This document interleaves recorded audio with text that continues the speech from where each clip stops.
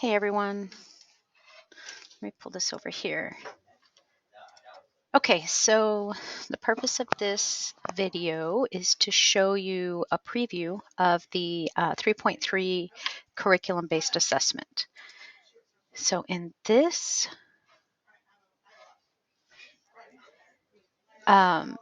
test, it's not really a test, it is 100% student-driven. You will need to start it, but that's it. And you can start it and leave it open all weekend or all week or over Thanksgiving break. You really can just have the students submit their writing samples by December 3rd, which is the end of the first 3 weeks of this grading period. Okay, so let's go to assessments, which you don't have access. You won't be able to see them, and that's one of the reasons why I wanted to show you, so that you can see them and you can see how they're not. You don't need to grade anything. So let's look at ninth grade. So ninth grade, Odell English 1, GP 3.3, grading period 3.3. So this is what they're going to do. They're going to write a one-paragraph analytical response that identifies a theme, and I give them a list of themes to choose from and how they're seeing that in Romeo and Juliet, how they're seeing that theme play out. I give them writing tips, some questions to consider, and then I also give them an example of what a good response would be. They're going to write their short constructed response, and then their multiple choice questions are a self-assessment. So how well did they identify a theme? How well did they write about how they're seeing it in different acts? And then how well did they use text evidence? How well did they use vocabulary? How well did they organize? And how well did they cite Shakespeare by quoting or paraphrasing the author? So again, teachers aren't grading anything. This is 100% student driven. So let's look at pre-AP English 1. So same thing, the same layout as Odell, except for this is a poem.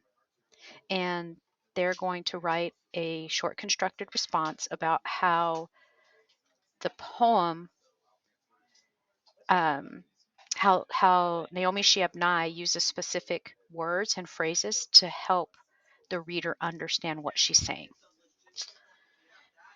Let's see. Let's go to 10th grade.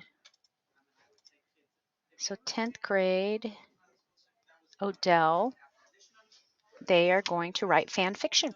So they can choose one of the stories that they may have read with you in class, or they can choose any short story that they like. And then they're going to retell the story from just a scene, not the whole story, because this is just a short constructed response. So here is an example that I wrote from the perspective of Harry Potter's owl. And then they self-assess. How well did they retell the scene? How well did the story fit the author's version, etc. Pre-AP English 2, they get an excerpt from Julia Alvarez's name. So they're going to, I underlined for them, I don't know that I gave a response. I did not. For pre-AP, I did not give an example. I did underline, however, some keywords that they should think of. And then after they submit their short constructed response, they self-assess. All right, let's go to 11th grade. 11th grade, 3.3. They're going to choose one scene from 1, 2, 3, 4, 5 scenes, and then they're going to answer these questions about that scene. And then afterwards, they self-assess. How well did they do this or that, etc. And then 12th grade, last one, they're going to choose a central idea from 1984 and compare it to something that's happening in the world today. And so I give them some examples of what they can choose from, and then I give them a writing sample. Um, I use TikTok, social media influencers, and the danger of blind allegiance in 1984. And so then they write their short constructed response and then they self assess. So those are the CBAs. They're not really assessments. It's really a place for students, for me to collect the student writing samples for TEA and all of the other companies that they're contracted with to see how our students are doing. Okay, as always, I'm here if you need help.